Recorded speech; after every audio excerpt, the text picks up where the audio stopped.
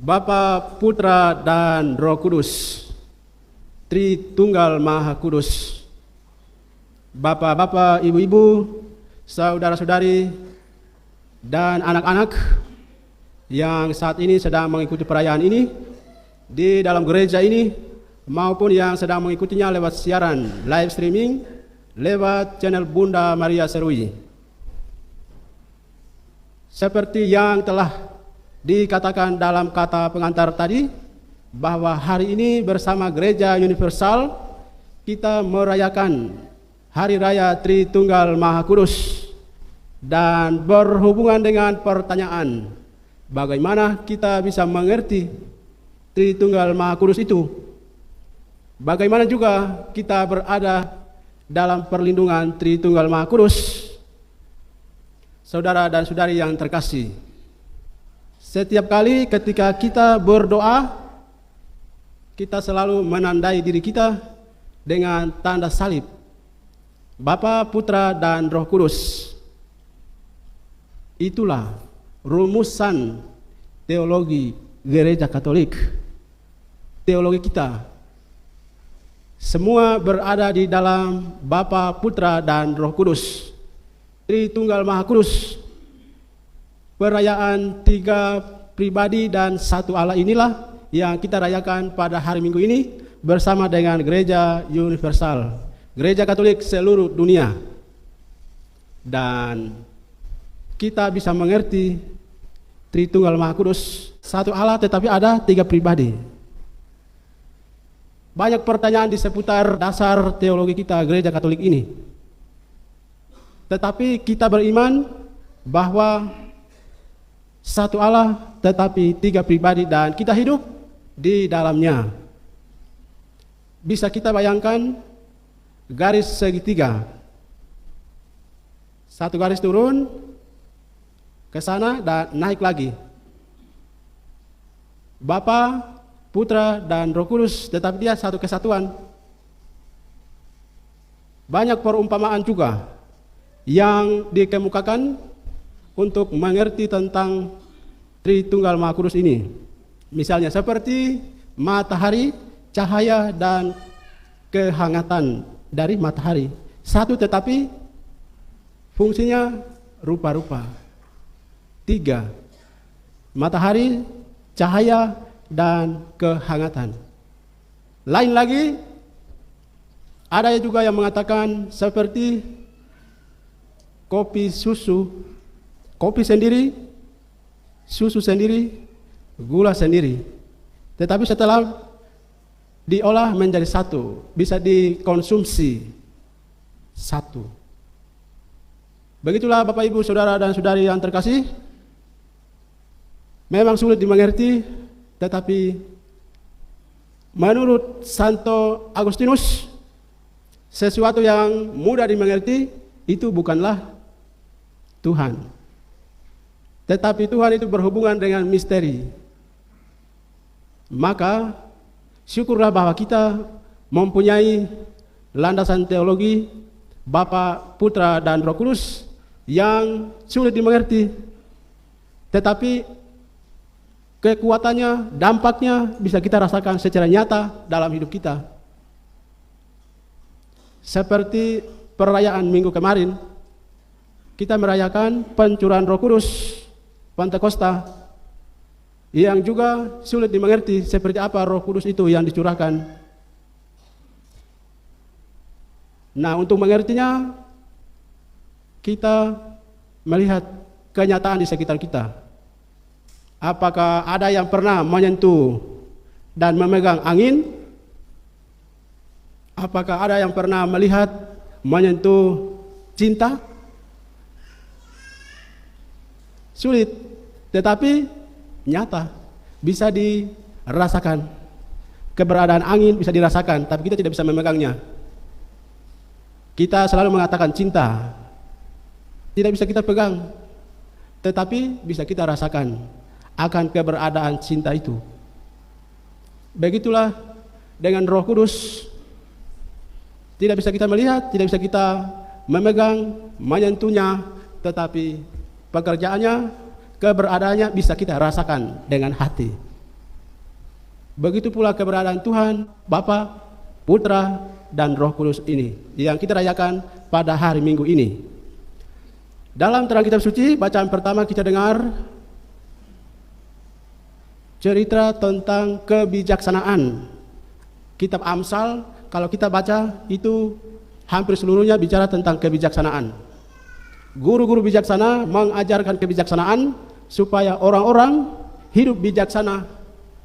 Dan khusus tentang bacaan yang kita dengarkan pada hari Minggu ini, itu pembicaraan tentang kebijaksanaan itu, bukan guru-guru yang bicara, tetapi kebijaksanaan itu sendiri yang bicara. Bahwa sejak semula aku bersama-sama dengan Bapa. Aku bersama-sama dengan Bapa menciptakan segala sesuatu. Sebelum samudra raya ada, aku sudah ada. Sebelum gunung-gunung diletakkan di muka bumi, dia sudah ada. Dan seterusnya. Itu kata-kata dari kebijaksanaan.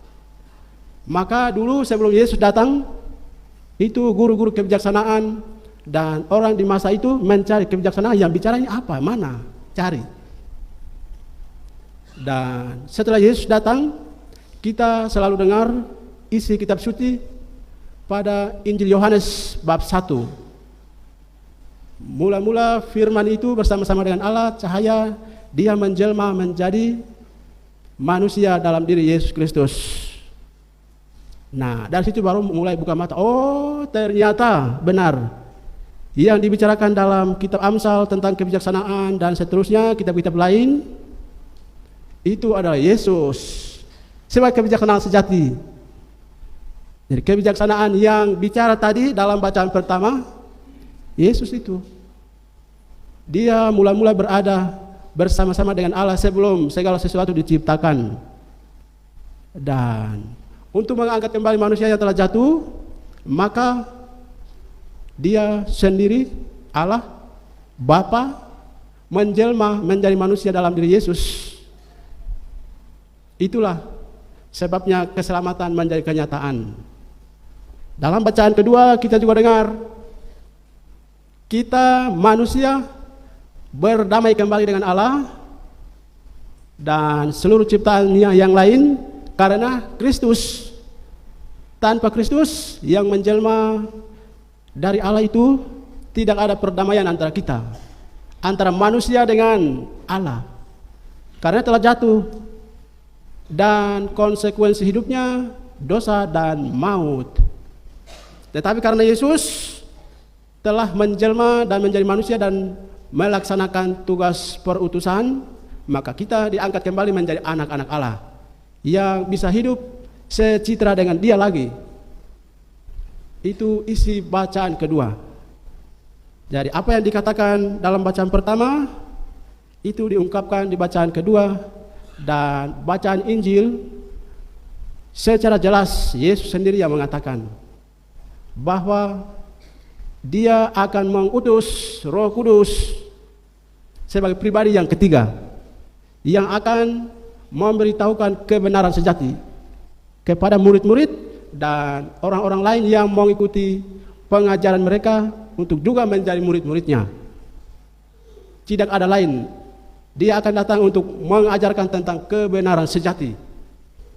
Dan itu dia katakan bukan dari dirinya sendiri, tetapi apa yang dia dengar dari Allah dan putranya Yesus Kristus, itulah yang dia wartakan kepada manusia. Dan itu sudah kita rayakan minggu lalu, kedatangan Roh Kudus itu, Roh yang akan membimbing orang pada kebenaran sejati, mengajarkan orang kebenaran sejati. Itu sudah kita terima dan rayakan pada minggu lalu. Dan hari Minggu ini bicara tentang ketiga pribadi ini. Saudara dan saudari yang terkasih, itulah sabda Tuhan yang kita dengarkan pada hari Minggu perayaan Tritunggal Maha Kudus ini. Dari sabda Tuhan ini, pesan apa yang hendak disampaikan kepada kita?